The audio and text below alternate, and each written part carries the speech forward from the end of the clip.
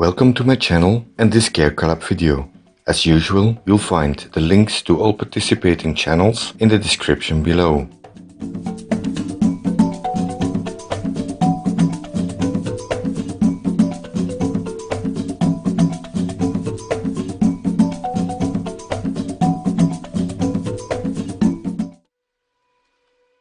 Ansellia is a genus of orchids with only one species in it. Furthermore, it only occurs in Africa. Here it has a very wide distribution, ranging from Central to South Africa. The flower color can be purple and yellow blotched, but also can be a pure yellow. And the flower spikes can be over 1 meter long or 3.5 feet, carrying many 5 cm or 2 inch large flowers. It grows high up in the canopy of large trees and is mainly found alongside water. It grows at altitudes from sea level to 700 meters high, but in some areas it can be found as high up as 2200 meters. But wherever it's found, it always grows in a place in high sun.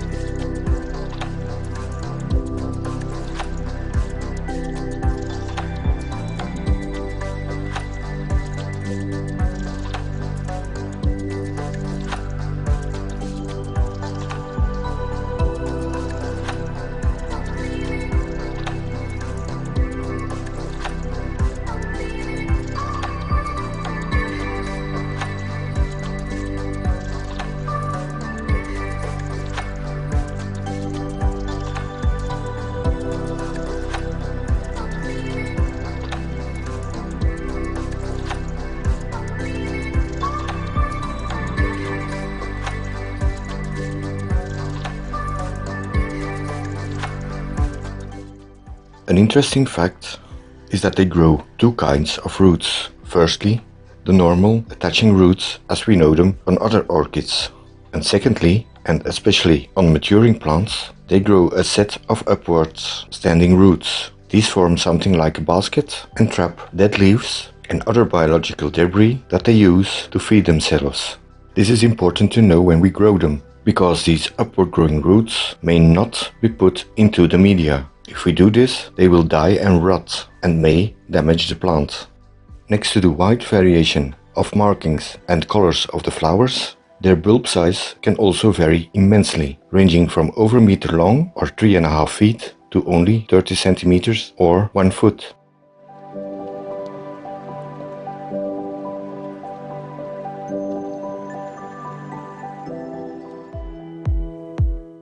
And now it's time to repot mine. I bought it as a large seedling 2 years ago.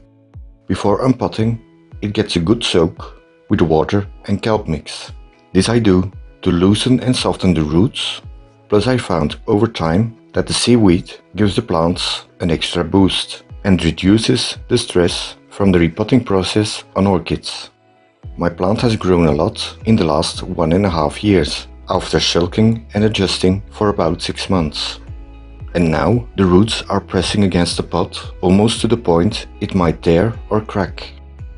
My plant is one of the shorter caned ones, and none of the seedlings from this cross produced canes longer than approximately 30 centimeters or 1 foot.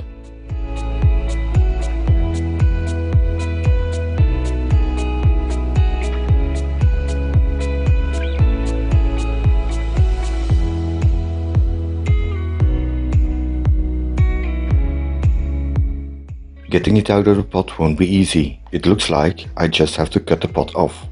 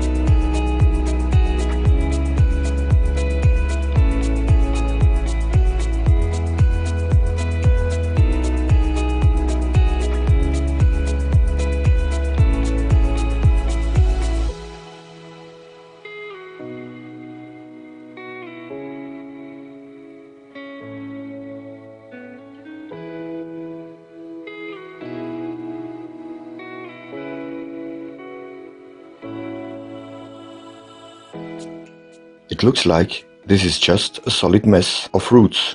Not much of the potting media seems to be left over, and there's no way I can pull out the remaining bits of bark out of it.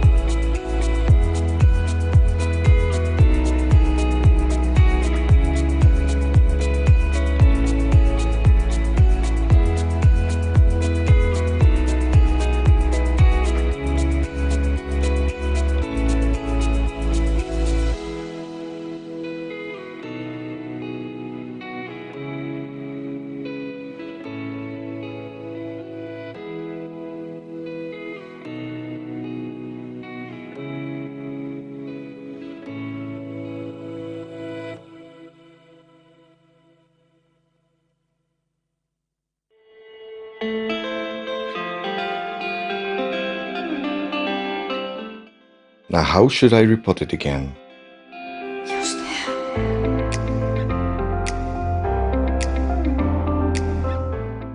This would look nice and natural, but the root mass would already almost completely fill up the cavity in the driftwood. Don't think that's a good idea. Another solution then. I still have a terracotta holy pot, and this will do the trick, I think.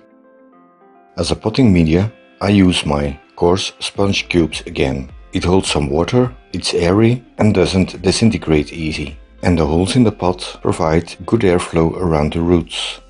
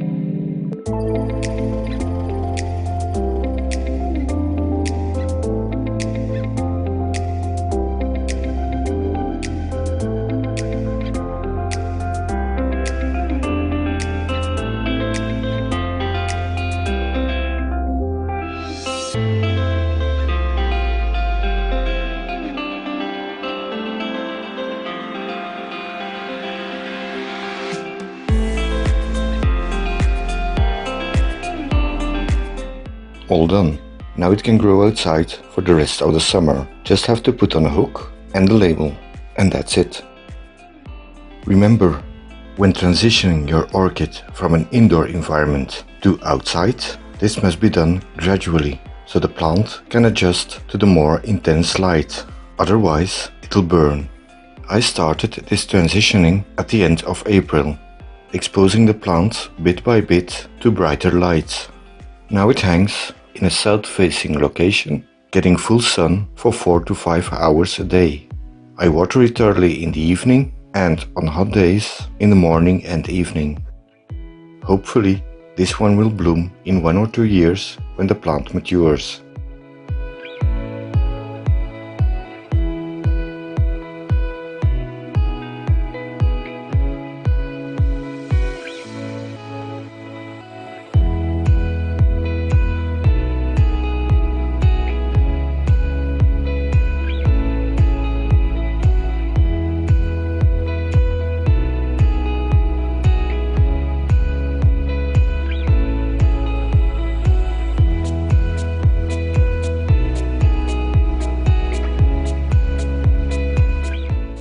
Hope you found this video helpful and interesting, and I hope to see you next time.